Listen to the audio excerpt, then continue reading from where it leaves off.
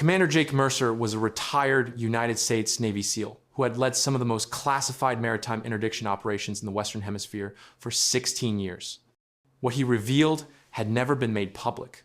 Not in any official report, not in any congressional hearing, not in any media briefing. This was the truth about how his team dismantled the Jalisco New Generation Cartel's Caribbean cocaine pipeline, a route that was moving over 2 tons of pure product every single week, generating over $400 million annually, and flooding American cities with enough fentanyl-laced cocaine to kill thousands. He was there. He commanded the operation. And he watched men die in the water because the cartel decided that losing a crew was cheaper than losing a shipment. The story began in November 2023, when Mercer was still active duty, assigned to a joint task force operating out of Naval Station Mayport in Jacksonville, Florida. The task force was a hybrid unit, SEALs for direct action, FBI for intelligence and legal authority, Coast Guard for interdiction, and DEA for cartel tracking. Their mission was simple on paper, but brutal in execution. Identify, intercept, and destroy high-value narcotic shipments moving through the Caribbean corridor before they reached the continental United States. The CJNG had been operating in the region for about 18 months at that point, ever since they'd expanded out of their traditional territories in Mexico and started partnering with Colombian suppliers to move cocaine directly by sea. They weren't using the old methods anymore. No more slow cargo ships or commercial vessels with hidden compartments. They were using go-fast boats, high-performance speedboats designed explicitly to outrun law enforcement, powered by twin or triple outboard engines capable of pushing 50 to 60 miles per hour in open water. These boats were fiberglass, low-profile, painted to blend with the ocean, and equipped with minimal radar signatures. No lights, no transponders, no identification. They launched from remote coastlines in Colombia, Venezuela, or Nicaragua, loaded with anywhere from 1 to 3 tons of cocaine, and ran north through international waters toward drop points in Honduras, the Bahamas, or directly to the Florida coast. The cartel's logistics were frighteningly efficient. They didn't care about losing boats or crews. They operated on a cost-benefit analysis that was as cold as it was effective. A go-fast boat cost about $60,000 to build. A crew of 3 or 4 men cost maybe $10,000 per run. Expendable guys, with no records, no families, no one who'd ask questions if they disappeared. The cocaine load, on the other hand, was worth anywhere from $80 to $150 million wholesale, depending on purity and market conditions. So if they lost 5 boats and crews to get 1 shipment through, they still came out ahead. And they were getting shipments through. By late 2023, DEA intelligence estimated that the CJNG was successfully landing between 60 and 70% of their maritime cocaine shipments, an unacceptable success rate that was directly contributing to the overdose crisis ravaging cities across the southern and eastern United States. Mercer's orders came down from Southcom in early December of 2023. Disrupt and dismantle the CJNG Caribbean route by any means necessary. The operation was designated Operation Serpent Strike, and his team was given primary tactical authority. They had 3 fast response cutters from the Coast Guard, an Arleigh Burke-class destroyer, the USS Winston Churchill for radar and aviation support, a P-8 Poseidon maritime patrol aircraft for long-range surveillance, and 2 MH-60 Seahawk helicopters equipped with Hytron sharpshooter teams. Hytron, the Helicopter Interdiction Tactical Squadron, was the Coast Guard's elite unit trained specifically to disable go-fast boats using precision rifle fire from helicopters. These operators were the best maritime marksmen in the world, capable of putting rounds into an engine block from a moving helicopter, while the target boat was doing 50 miles per hour and zigzagging across 3-foot swells. Mercer had worked with Hytron before, and he knew what they could do. But this operation was different. This wasn't just about interdiction. It was about sending a message so brutal, so overwhelming, that the CJNG would reconsider using the Caribbean route entirely. The first intelligence break came on December 8th, 2023. An FBI field office in Miami had been monitoring encrypted communications between CJNG operatives in Guadalajara and their distribution cells in South Florida. Through a combination of wiretaps, surveillance, and information from a flipped informant inside the cartel's logistics network, they identified a massive shipment being prepared for departure from the coast of Colombia. The load was estimated at 4,500 pounds of high-purity cocaine, nearly 2.25 tons, with a wholesale value exceeding $100 million. The departure window was narrow, sometime between December 12th and 15th, depending on weather conditions and Coast Guard patrol schedules that the cartel had somehow obtained through corrupted sources. The FBI pushed the intelligence packet to Mercer's task force within hours. He convened an emergency operations briefing aboard the USS Winston Churchill, which was already patrolling international waters 200 nautical miles northeast of the Colombian coast. The ship's Combat Information Center became the operational hub, with digital maps projected across multiple screens showing predicted routes, intercept vectors, and asset positioning. Mercer laid out the plan with brutal clarity. The PA Poseidon would conduct wide-area maritime surveillance, using synthetic aperture radar and electro-optical sensors to scan thousands of square miles of ocean for any vessel matching the target profile. Once contact was established, the destroyer would close to provide radar tracking and serve as a floating command center. The Coast Guard cutters would position themselves along the predicted northern routes, ready to launch high-speed pursuit boats the moment the smugglers were confirmed. And the Seahawk helicopters, with their Hytron marksmen, would deliver the killing blow, disabling the go-fast boat's engines with precision rifle fire and forcing the crew to surrender. But there was a complication that Mercer didn't share with most of his team. Intelligence suggested that this particular shipment wasn't just cocaine. Embedded within the load were several kilograms of pure fentanyl, enough to produce millions of counterfeit pills that would flood the American market and kill thousands. The cartel was diversifying, mixing their product to maximize profit and devastation. And they were willing to fight to protect it. On December 13th at 0430 hours, the PA Poseidon lifted off from Naval Air Station Jacksonville and began its patrol pattern over the Caribbean. The aircraft flew at 25,000 feet, high enough to avoid detection, but low enough for its sensors to penetrate cloud cover and scan the ocean surface with terrifying precision. For 6 hours, the crew monitored hundreds of contacts, fishing boats, cargo ships, sailboats, cruise liners, all of them displaying proper identification and following predictable routes. Then, at 10:14 hours, the radar operator noticed something. A small, fast-moving contact bearing 270 degrees, range 115 nautical miles from the Colombian coast, speed fluctuating between 45 and 52 knots. No AIS transponder, no radio communications, no lights. The vessel was running dark, and it was running fast. The operator keyed his microphone and transmitted the contact report to the task force. Poseidon 3 to all units. Contact bearing 270, range 115 nautical miles, speed 5 to 0 knots, no transponder, vessel matches target profile, request immediate intercept authorization. Mercer was in the Winston Churchill's Tactical Operations Center when the transmission came through. He looked at the digital plot, calculated the intercept geometry, and made the call. All units, this is Serpent Strike Actual, you are authorized to engage.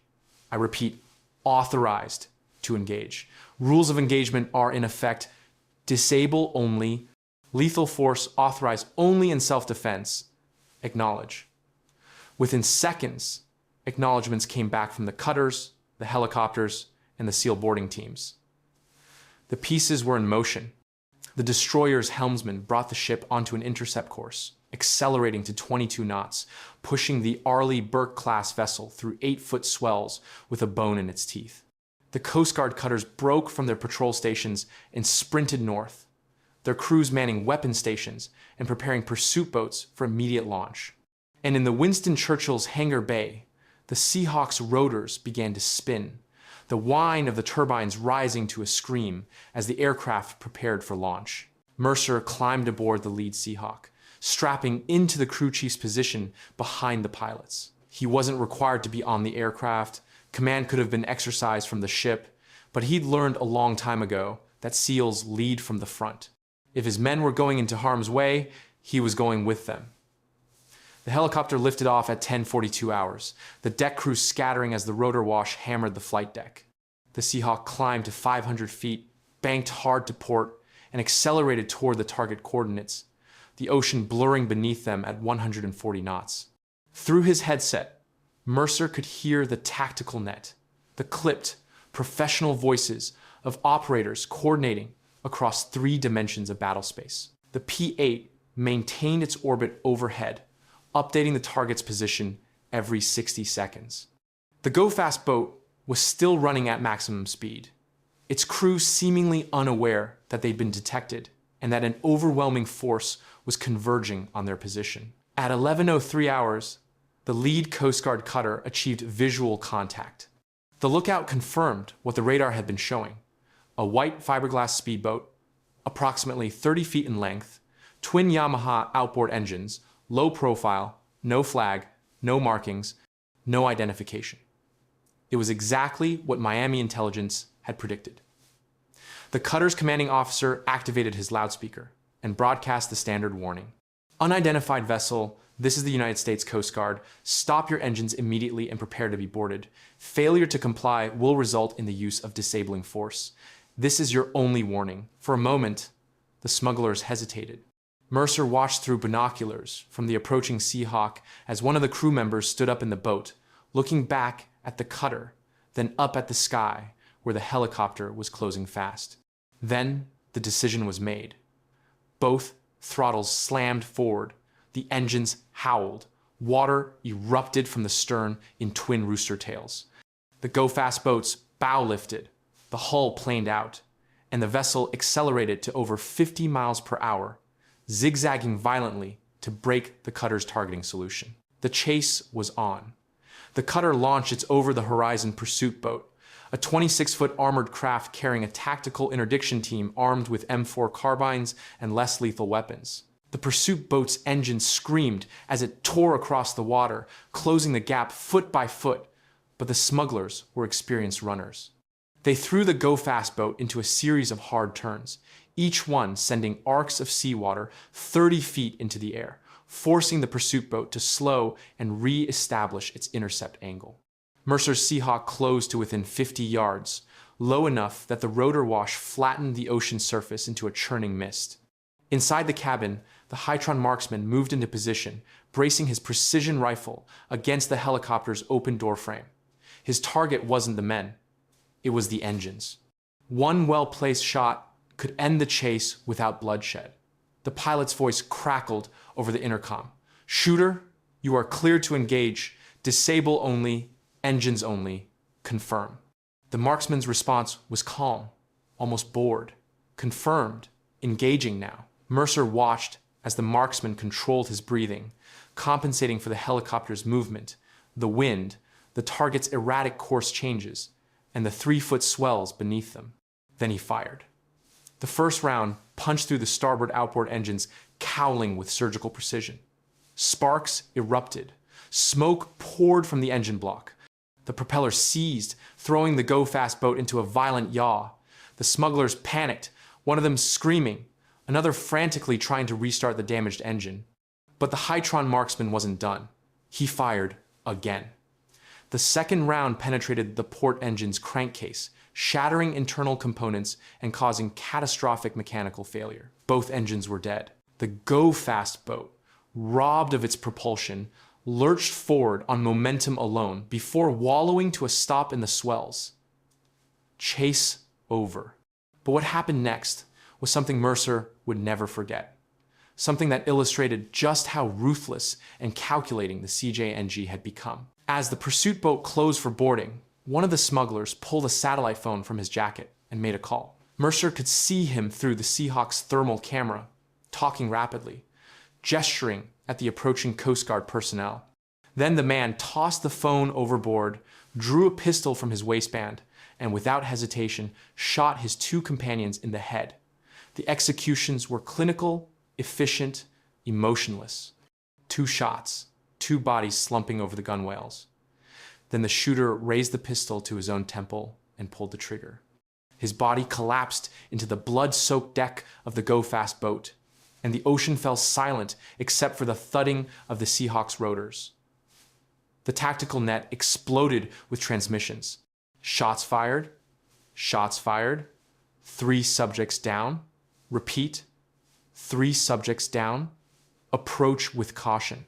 The Coast Guard boarding team moved in with weapons raised, clearing the boat room by room, checking for survivors, securing the scene. There were none.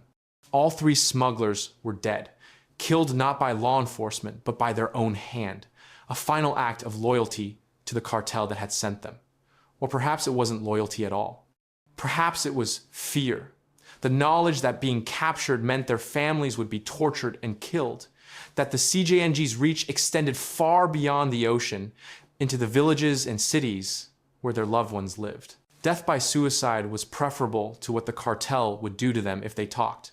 Mercer ordered the Seahawk to land on the Winston Churchill's deck. He needed to see the cargo for himself.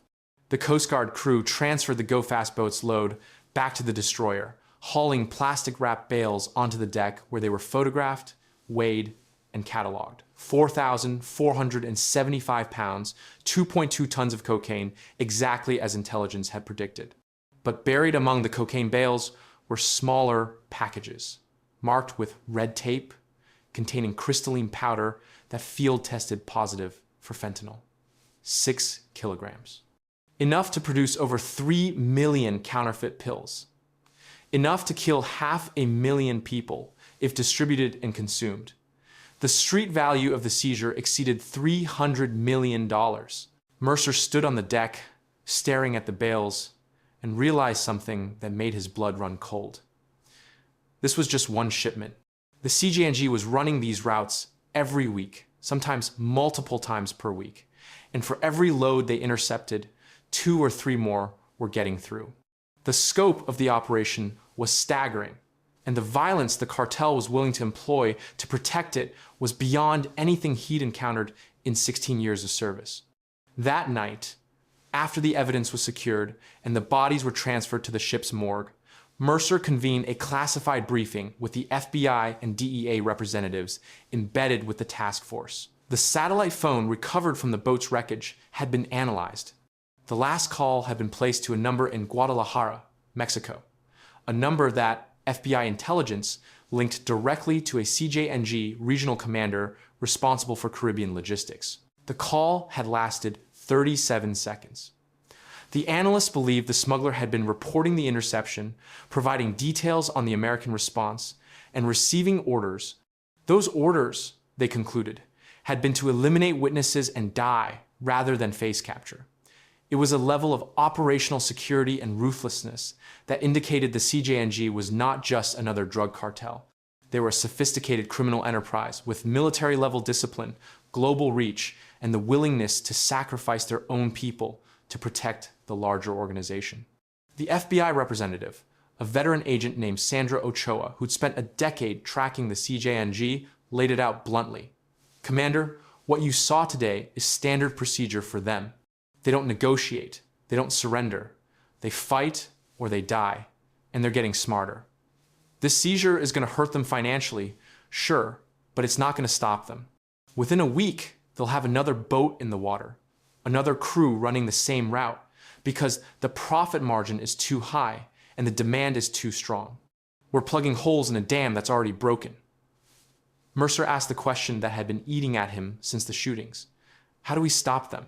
How do we actually dismantle this pipeline instead of just intercepting individual shipments? Ochoa's answer was grim. You don't stop them at sea, Commander.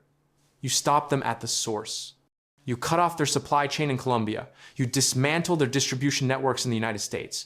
You arrest the money launderers, the corrupt officials, the logistics coordinators. You turn informants. You build cases. And you do it for years, maybe decades. Because the CJNG isn't going anywhere. They're too big, too well funded, and too deeply embedded in the economies of multiple countries. But Mercer wasn't satisfied with that answer. He'd spent his entire career as a SEAL solving problems with direct action, with overwhelming force applied at the critical point of failure.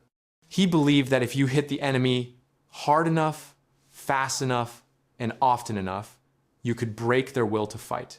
And he intended to prove it. Over the next 3 months, from January through March 2024, Operation Serpent Strike conducted 14 additional maritime interdictions in the Caribbean. 8 go-fast boats were intercepted and disabled. 4 crews surrendered without resistance. 2 crews attempted to fight, engaging Coast Guard personnel with small arms fire, and were neutralized with overwhelming force, resulting in 6 cartel casualties. 2 boats were sunk after their crews scuttled them to destroy evidence, forcing the task force to recover bales of cocaine floating in the water. In total, the operation seized over 12 tons of cocaine, 43 kilograms of fentanyl, 19 weapons, and arrested 21 smugglers. The combined street value of the seizures exceeded $1.2 billion. It was the most successful counter-narcotics operation in the Caribbean in over a decade, but the cost was high. On February 19th, 2024, during a night interdiction operation, one of the Coast Guard pursuit boats capsized in heavy seas while chasing a go-fast boat through a tropical storm. 2 crew members were killed, their bodies recovered 3 hours later by Navy divers. The CJNG didn't stop. They adapted. By March, intelligence indicated that the cartel was shifting tactics again, using slower, more conventional vessels disguised as fishing boats, spreading their loads across multiple smaller shipments, and employing decoy boats to draw law enforcement assets away from the real smuggling runs. The chess game continued, and Mercer realized that Ochoa had been right. You couldn't stop the CJNG at sea. You could disrupt them, cost them money, kill their operators, and seize their product. But as long as there was demand in the United States and supply in South America, the pipeline would never truly close. In April 2024, Mercer was rotated off the task force and reassigned to Naval Special Warfare Command in Coronado, California. He spent the next 6 months training the next generation of SEALs, passing on the lessons he'd learned in the Caribbean, the tactics that worked, the mistakes that cost lives, the reality of fighting an enemy that viewed death as an acceptable business expense. In November 2024, after 20 years of service, Commander Jake Mercer retired from the United States Navy. He settled in Virginia Beach, took a job as a private security consultant, and tried to leave the war behind. But the war never left him.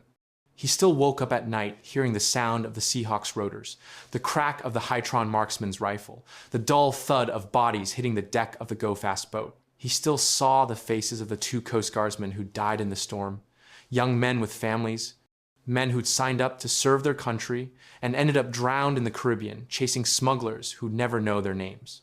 And he still thought about the 12 tons of cocaine his task force had seized, the $1 billion in narcotics they'd kept off American streets, and whether any of it had mattered. The overdose rates kept climbing, the CJNG kept growing, the Caribbean pipeline kept flowing. In early 2025, nearly a year after his retirement, Mercer was contacted by an investigative journalist working on a documentary about maritime drug interdiction. The journalist had obtained declassified operational reports from Operation Serpent Strike and wanted Mercer's perspective, his insider account of what really happened out there, beyond the sanitized press releases and congressional testimony. At first, Mercer refused. He'd signed non-disclosure agreements. He'd been debriefed by Navy lawyers who'd made it very clear that discussing classified operations could result in criminal prosecution. But the journalist was persistent, arguing that the American public had a right to know the truth about the drug war, about the scale of the cartel's operations, about the sacrifices made by military and law enforcement personnel who operated in the shadows. Eventually, Mercer agreed, on the condition that certain operational details would remain classified, and that the identities of active duty personnel would be protected. What follows is based on that interview, conducted over 3 days in a secure location, recorded and transcribed with Mercer's full cooperation. This is his account, in his own words, of Operation Serpent Strike, and the 3 months he spent hunting the CJNG in the Caribbean. This is the story of how his team destroyed a $100 million cocaine route, and why, despite their success, he believes the war on drugs is a losing battle that will never be won through interdiction alone. Mercer began by describing the operational environment, the vast expanse of the Caribbean Sea. Over 1 million square miles of water, thousands of islands, countless coastal inlets, and shipping lanes that carry 10% of the world's maritime commerce. Finding a single go-fast boat in that environment, he said, was like finding a needle in a haystack, except the needle was moving at 50 miles per hour and actively trying to avoid detection. The only reason Operation Serpent Strike succeeded, he explained, was because of the integration of intelligence and technology. The FBI provided the initial tip, the location and timing of the shipment. The DEA provided cartel organizational charts, identifying key players and logistics networks. The P-8 Poseidon provided wide area surveillance, scanning thousands of square miles with radar and infrared sensors. The destroyer provided command and control, coordinating assets across the battle space, and the Hydron teams provided the precision firepower needed to disable the boats without sinking them or killing the crews. But even with all that technology, Mercer said, the operation came down to human judgment. Split-second decisions made by pilots, marksmen, and boarding teams who were operating in a legally ambiguous environment where the rules of engagement were constantly shifting. The smugglers weren't enemy combatants in a declared war. They were criminals, entitled to certain protections under international law, but they were also armed, dangerous, and willing to fight. And the line between law enforcement and military action was often blurred to the point of invisibility. Mercer described the first interception, the one that set the tone for everything that followed. The P-8 had detected the go-fast boat at dawn, running dark about 200 miles northeast of the Colombian coast. The Coast Guard cutter had closed to visual range and broadcast the warning to stop and prepare for boarding. The smugglers had responded by opening the throttles and running, a decision that legally justified the use of disabling force under international maritime law. The Seahawk had launched, the Hydron marksman had disabled both engines with 2 shots, and the boat had been dead in the water within minutes. It should have ended there. A clean interdiction, no casualties, a massive cocaine seizure, and 3 prisoners who could potentially be flipped to provide intelligence on the cartel's operations. But then the executions happened. Mercer's voice became quiet when he described watching through the helicopter's camera as one smuggler murdered his companions and then himself. He said it was the most cold-blooded thing he'd ever witnessed, and he'd seen a lot of violence in 2 decades as a SEAL. The man hadn't hesitated, hadn't shown emotion. He'd simply executed the task he'd been ordered to perform and then removed himself as a liability. It was, Mercer said, a level of discipline and ruthlessness that indicated the CJNG was operating more like a military organization than a criminal enterprise. And it raised a troubling question that would haunt the rest of the operation. If the smugglers were willing to die rather than be captured, what did that say about the cartel's control over its people? What kind of fear or loyalty could compel a man to shoot himself in the head rather than face arrest by American authorities? The satellite phone recovered from the boat provided part of the answer. The call had been placed to Guadalajara, to a number linked to a CJNG commander known as El Tigre, a man responsible for the cartel's maritime operations throughout the Caribbean and Central America.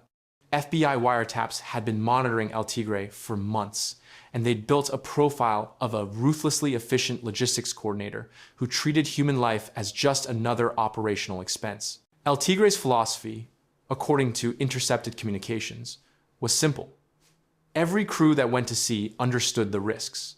If they were intercepted, they had 2 options: fight and try to escape, or eliminate witnesses and die. Surrender was not an option, because captured crew members represented an intelligence liability that could compromise the entire network. Better to lose 3 men and a boat than to have one of them cooperate with American authorities and expose dozens of other operatives, routes, and distribution cells. It was cold. It was calculated. And it was effective. Because even when law enforcement intercepted a shipment, they often came away with no intelligence, no witnesses, no leverage.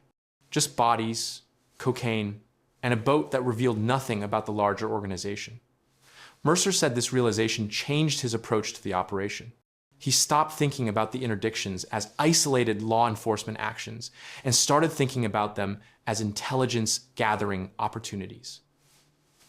Every phone recovered, every piece of paperwork, every fragment of conversation overheard by boarding teams, it all went into a database that FBI analysts were using to map the CJNG's Caribbean network. And slowly, over dozens of interdictions, a picture emerged.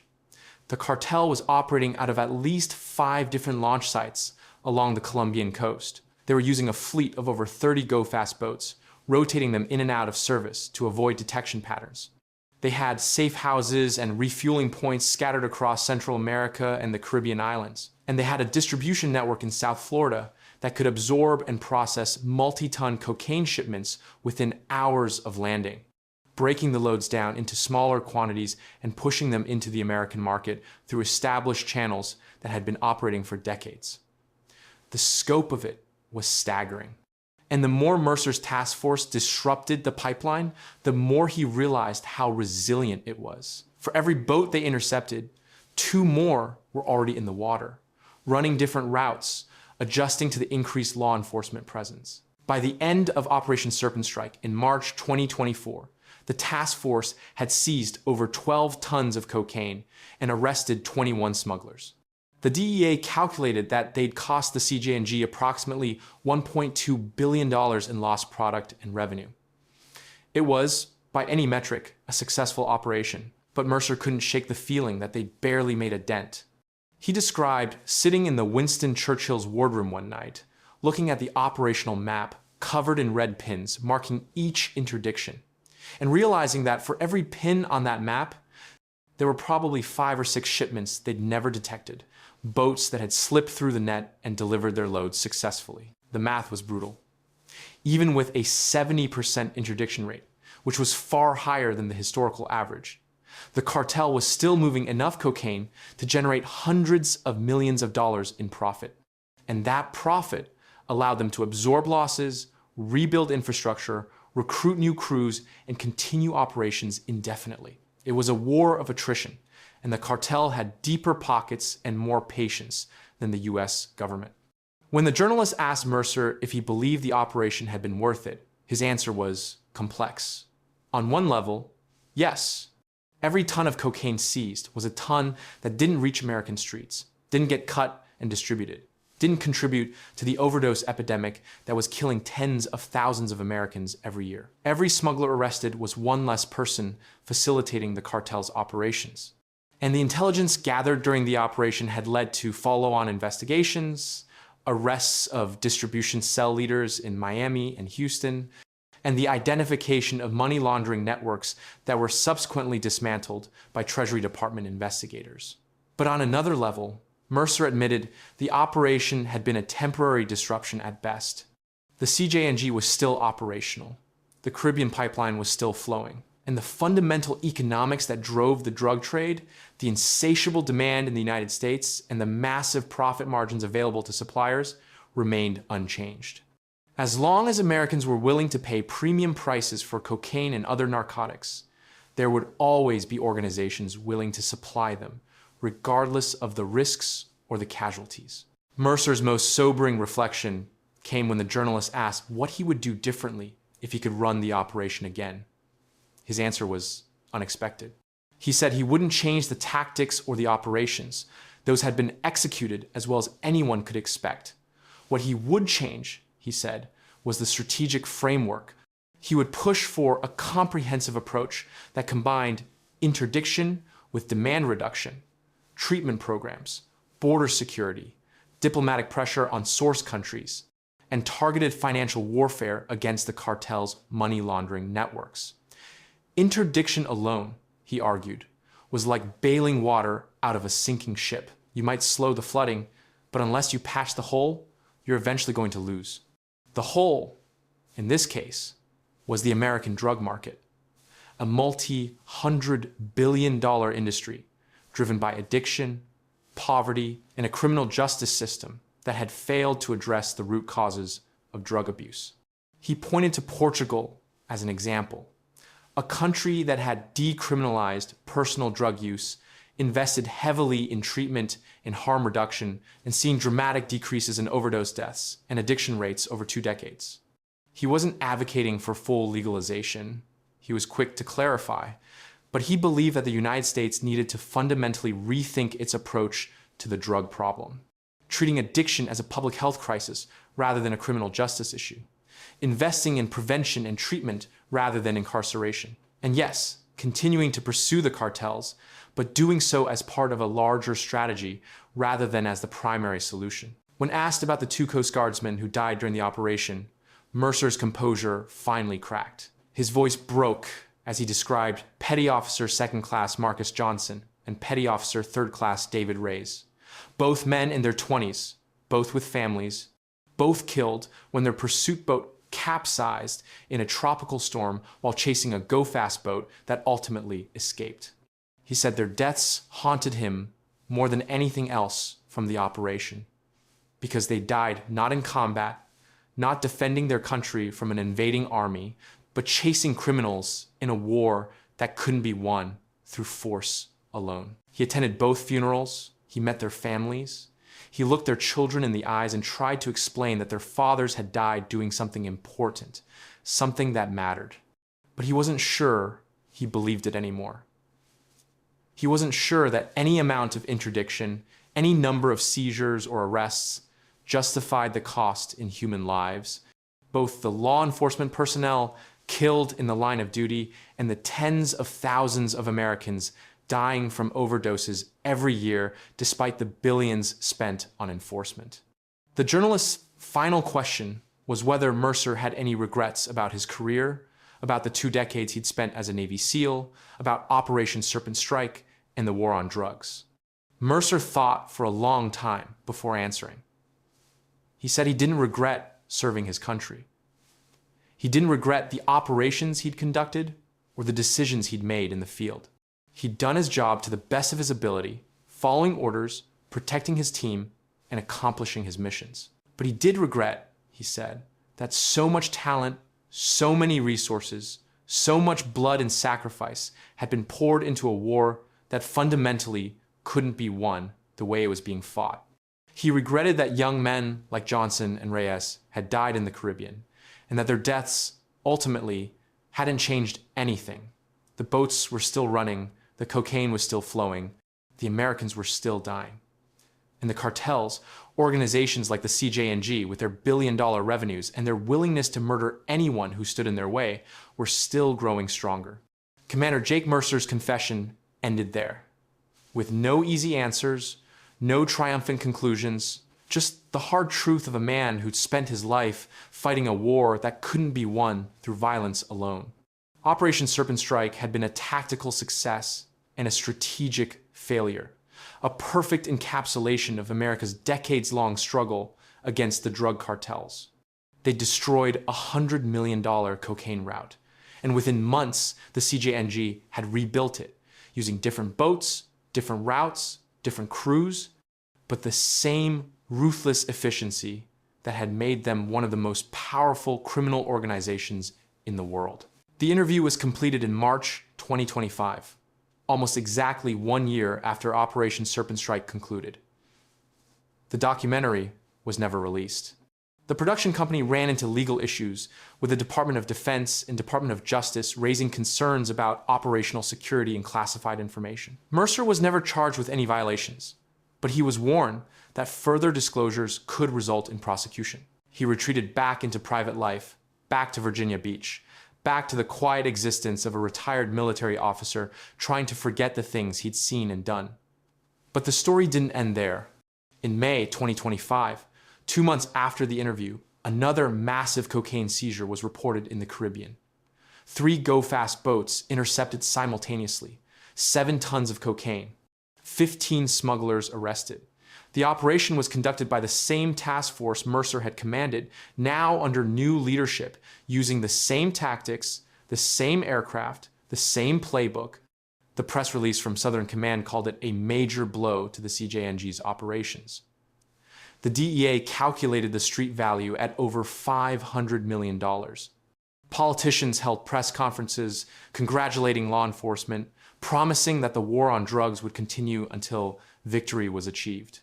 And somewhere in Guadalajara, in a secure compound surrounded by armed guards, a CJNG commander received the news, calculated the losses, adjusted his operations, and ordered 2 more boats to launch the following week. Because the math still worked, because the demand still existed, because the profits still justified the risks, and because, despite everything, despite billions spent and lives lost and operations conducted with surgical precision, the fundamental equation remained unchanged. The Caribbean pipeline was damaged, but it wasn't destroyed. It never would be. Not as long as there was money to be made and people willing to die for it. Commander Jake Mercer understood that now, and it was the understanding that haunted him most of all.